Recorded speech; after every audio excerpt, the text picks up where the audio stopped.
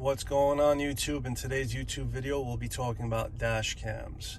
Right in front of you, what you see is a Transcend Driver Pro 550B, which is my dash cam that I have in my wife's car, the Nissan, and in my Subaru.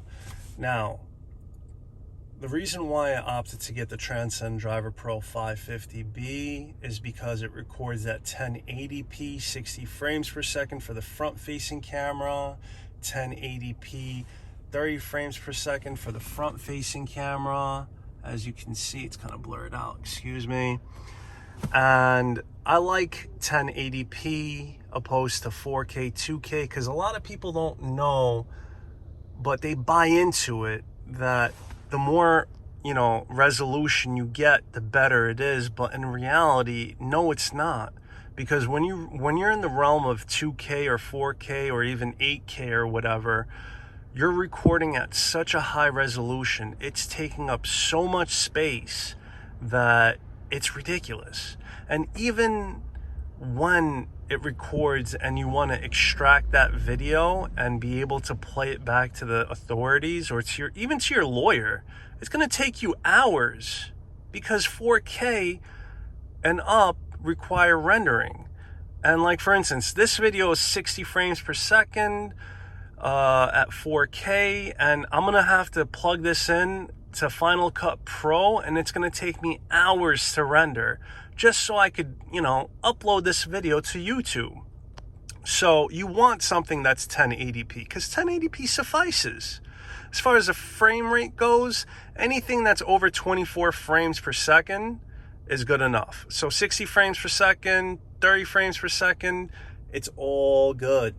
Now, let's move on to the Transcend Driver Pro 550B and why I explicitly like this, because there's a lot of other cameras that record 1080p. What makes this dash cam so good, and what makes it the best? I'll tell you. So you see the front-facing camera? The biggest thing is it moves. Look, it moves. And that's a game changer. Blackview, if you had a dash cam that did this, I would totally buy Blackview. I love Blackview. Blackview makes a really good freaking dash cam. But this is better in my opinion because I could rotate left and right. If a cop pulls me over and I feel like he's being a little hostile, I could move it to him. And I don't even have to pull out my phone. And yeah, it's just good, okay? If you get into any kind of road rage and someone's knocking on your door or your window, you could move it to the left, to the right, etc., etc. So yeah, as far as all the other bells and whistles, it does have Wi-Fi capability where you could download an app and you could transfer it seamlessly into your Android or iPhone.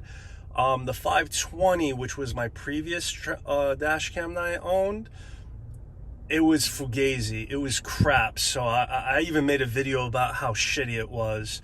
And I will admit the 520, the Transcend Driver Pro 520 was shit, but the 550B fixed that problem. I guess they watched my video and created this new and revised and improved dash cam.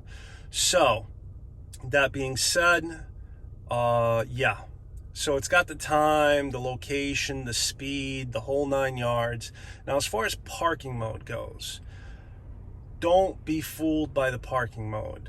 All dash cams essentially have parking mode, but then again, they don't. What I mean by that is it only has parking mode if you have a external battery. And we'll get into that right next. Okay, so going back to this Nextgo Power 50,000 milliamp 185 watt hour power bank. I do have two of them, and I use one explicitly for my car because I don't care what dash cam you have, and then the day that parking mode is pretty much useless if it does not have a external power source, unless you want to plug it strictly directly to your battery, which will kill your battery. So It's at 85% and it's been pretty much running my dash cam for about 24 hours, and my dash cam will record days and days worth of video because it has a 256 gigabyte SD card, and that's a Transcend Driver Pro 550B. I opted to turn off the screen so no one knows that it is in fact recording. The only indicator that you will know that something is going on is that red indicator light. But yeah, if I press this once, it's still recording. Look at that. And it will it'll stop recording after, well, the screen will dim 3 minutes after. But yeah, this power bank is a beast, and it keeps my dash cam running because I had someone kick my freaking car, vandalizing it.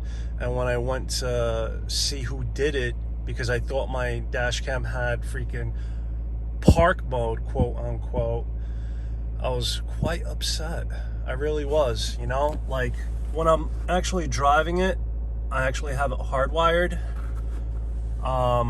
to the car, but whenever I have it parked for extended period of time, I'll put this to that, and yeah, it'll keep it running for days. This will essentially, you see the screen went dim. This will have my Transcend Driver Pro 550 record for 48 hours long. And yeah, I have 2 of these, so I'll alternate.